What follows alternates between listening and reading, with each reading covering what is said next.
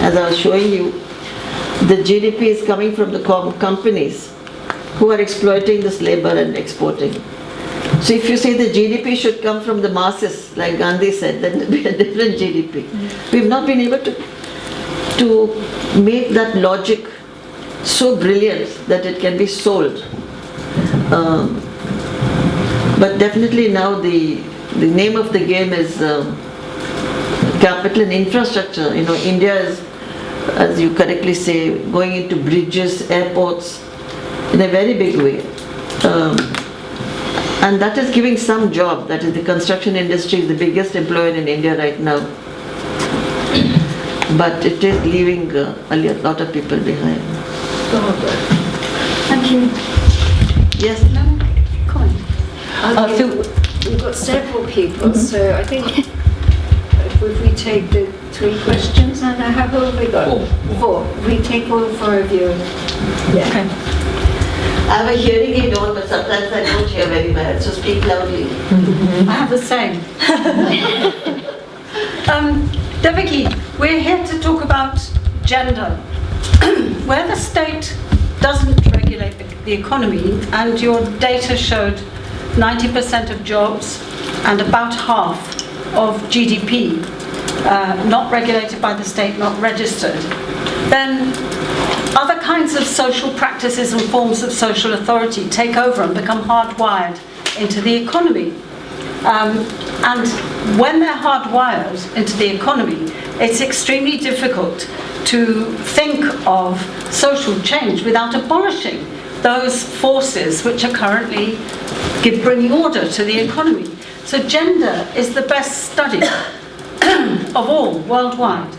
And it's probably the best politicized worldwide. But in India you have caste, you have ethnicity, you have religion, all hard regulators of the economy. So I don't know how you would do it. If I did, I probably wouldn't be here. But at least we ought to put on the table the fact that gender is a special case of social norms which regulate the economy. And calling for an ungendered new model of development ignores the fact that gender interdigitates in all kinds of complicated ways with these other social forces which regulate the economy. So what do we do about that? The second comment, very briefly, is that you're calling for a new kind of economics, and you use the phrase a new model. And I'm thinking that human development economics apart, most economics is actually applied to the problem of industrialization, including the industrialization of agriculture. It's the transformation of the economy. So this is a moment when India, if you're thinking in a transformative way about doing the economy differently and what the obstacles are, what about a feminist model of low carbon development? Nobody has mentioned the environment today. That's a need for huge quantities of information which we don't have about the technological frontiers, about the costs, about the gendering of livelihoods that relate from these low carbon technologies, about property rights, how they're protected legally, about finance. It seems to me that that's a concrete project in the world which actually isn't being carried out, but without which you can't have a new model of industrialization. Actually, Barbara, you have spelled out what I should have spelled out. That's exactly what I would like to see happen. And that's why I say we should do something like that. But please write it down and we'll... No, exactly. I mean, it is feminists who can do... Sorry. Yeah, and there are feminists working on the environmental transformation with gender justice. I know Friends of the Earth brought out a report that I contributed to. Others are doing that, but it's really important if we start to deepen the thinking about what is this, what will this new, more just model of the economy look like. But I think we've got 3 more people wanting to ask questions. So shall we take now all the remaining questions? Yeah, and then Devaki can. Yeah, who wants to ask questions? So, yeah, okay. I have a half question. Okay, so you two, and then Natalia. Okay. So I have a very simple question, because I fully agree that we need a new concept of development. But who could be actors that develop it? So academia with focus on parameterization, so global movement. I'm very curious about. Shall I answer each separately? Mine's quite closely related. No, I can. Yeah, you come with yours then. And then I was going to ask as well, so I'm not an economist, I'm a philosopher, but why Amartya Sen's capabilities approach as a measurement for growth hasn't caught on? Why do we still use GDP when so many philosophers have criticized it so deeply and economists are not criticizing it? Why hasn't one of these alternative approaches caught on already? Maybe I should answer it one after the other. They're so different. yes, why don't Oh, do you think they're different? I thought they were the same. Okay. No, this is what I think Dan was trying to answer also, that somewhere we are doing some of this. It's a question of having a goal. But I may be out of it because I'm now not in the center of the UN and other places. But I think there is still an obsession with gender equality and making data show where we are, and how to get that settled down, and more budget for women and this and that. So as long as we are preoccupied with that, we may not do this other thing, which we can do, as Diane says. We can see what is feminist economics all about in terms of landing an economy which can at least ensure justice, So we are on the way, but it has not become the thing that we all want. We meet a lot, feminist economists in India, I even have an Indo-Chinese feminist economist group.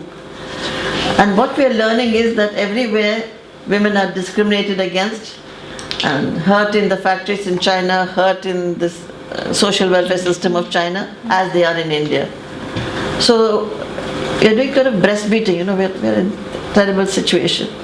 But the collection of that is a challenge to us, I feel, that when we talk. So when people say, let's talk about gender inequality, I said, no, not because I don't believe that we should have it. But it's preoccupying us, and I feel that we should use our preoccupation a little differently. About yours, there's a lot of interesting work that's being done which would match what we are trying to do, capabilities. Then, I don't know if you know, there was a Sarkozy Commission which was trying to do other kinds of indices which are more likely to measure injustice. And it had feminists like Veena Agarwal on it, and Amartya Sen there, and Stiglitz and so on. But everything is there, it's like a lot of planes flying in the sky. And this doesn't appeal to my feminist sisters, those who are in economics and who are doing data, including Perron and others who did that. That is, why don't we also add some kind of a brick to build a new economy, a theory of economics which will not leave people behind.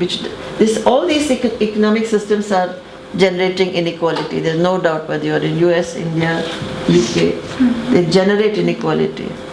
So why do we not broaden our interest in the overall inequality? So let's have the last one for Natalia.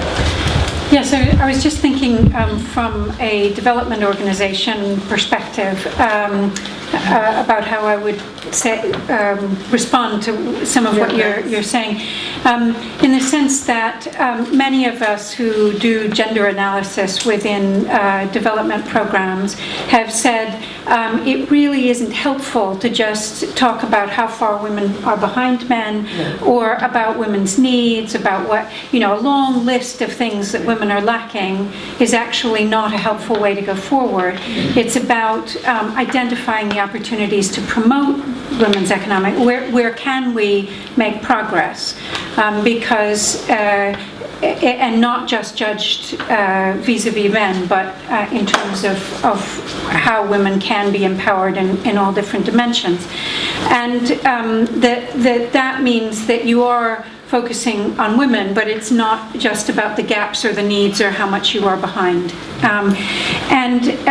The other thing is actually talking about new economic models that will, for example, recognize and invest in unpaid work and care work and invest in care infrastructure, as we've heard about today, or low carbon jobs, a different way of understanding. And in fact, all of those measures, which has no women or gender in them, will actually benefit women's economic empowerment.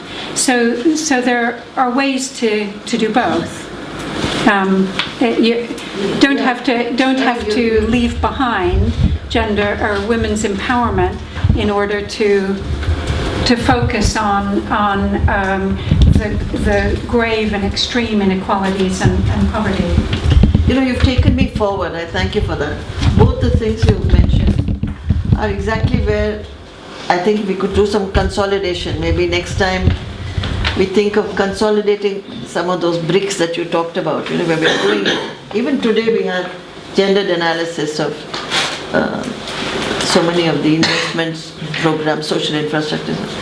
But one way is to focus on looking at it as how we are unequally located women. But the other is to see what can be learned from it to build another kind of house of theorizing which doesn't. But you mentioned exactly what I think can be done or should be done, or we are doing partly but not as a collective. Yeah, I think we're going to have to draw this discussion to a close, and if there's time we can come back to some of these issues. I just say I think right all throughout the history of feminism, there's always been the thread of feminism that's about how can we catch up with the men, and there's always been the thread of feminism that talks about how can we transform the world.